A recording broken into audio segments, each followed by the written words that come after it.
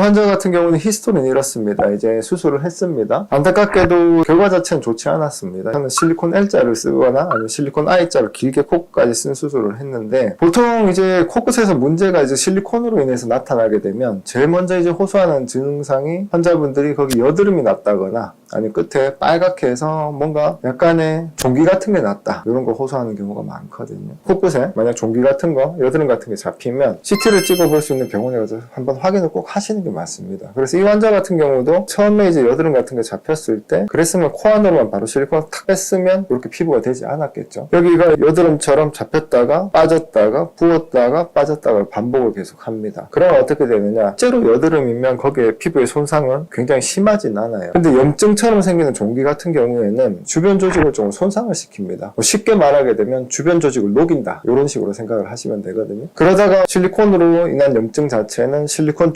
주변의 캡슐의 수축을 일으켜서 상체의 수축으로 코가 짧아지게 됩니다. 그러면 여기 피부가 손상을 받고 있는 상태, 또 녹는 듯하게 염증으로 인해 가지고 얇아지고 있는 상태, 그리고 코가 주변의 실리콘 주위로 상체 수축으로 인해 가지고 짧아지는 상태, 합치게 되면 어떻게 되죠? 굉장히 강한 압박이 밑으로 가해지게 되면서 짧아지는 상태에서 염증처럼 반복하던 그 종기가 있던 부분이 뚫리고 만 겁니다. 그래서 코끝에 보게 되면 이렇게 자국이 남아요. 그래서 이 환자 같은 경우에는 아무래도 손상으로 인한 게, 그리고 또 얇아진 거 동시에 착색을 일으킨 거죠. 그래서 이제 제가 결론을 내린 거는 일단은 잘 늘려주자, 이제 자가누경구를 사용을 하게 되겠죠. 그리고 이 환자 같은 경우는 실리콘 뽑고 했지만 콧대가 어느 정도 조금 있는 편입니다. 굳이 실리콘까지 써서 콧대를 높일 필요는 없으니까 진피를 이용해서 콧대 수술을 해주고 실리콘 부작용이 있었으니까.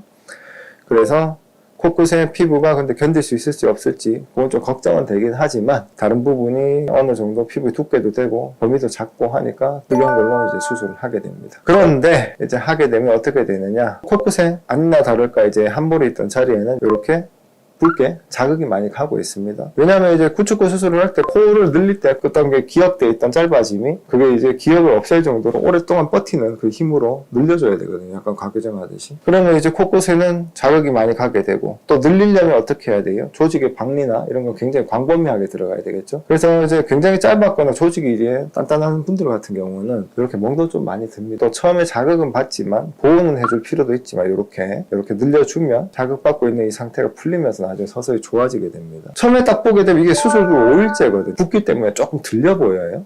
근데 자 보게 되면 한 달째가 지나면 어떻게 돼요? 코끝의 피부 색깔도 많이 좋아지고 코끝이 조금 내려와 있는 게 보이죠? 모양이 갖춰지기 시작을 하는 겁니다. 그래서 이제 2달째 보게 되면 어때요?